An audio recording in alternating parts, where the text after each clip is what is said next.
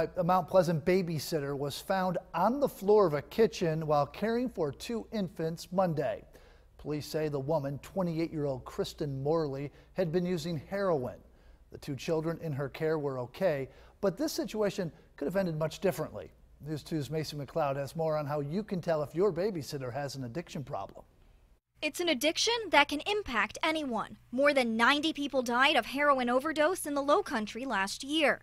Heroin addictions usually start with prescription pills. You take it a few times, and before you know it, you want it over and over and over.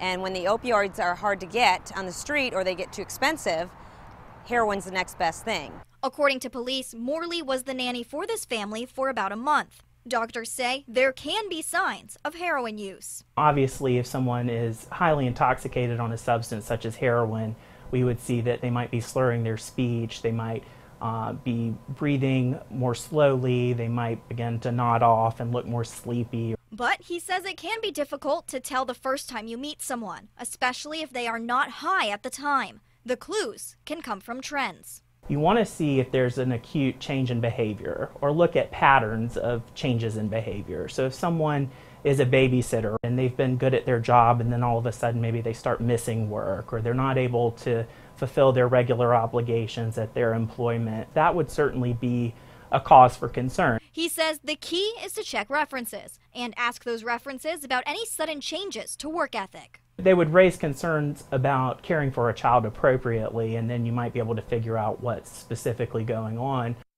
And then this babysitter, Kristen Morley, she was charged with possession of drug paraphernalia. Scary stuff. It most certainly is. And as we learn more and more people are addicted, so what is the solution to the heroin addiction problem, Macy? Well, I spoke to one nonprofit called Wake Up Carolina, and they say that big problem is highlighting the tie between the prescription drugs leading to heroin addiction and getting those prescription drugs out of your house when you're done using them to make sure they don't fall into the wrong hands. So the DEA is having a drug take back that's on April 29th.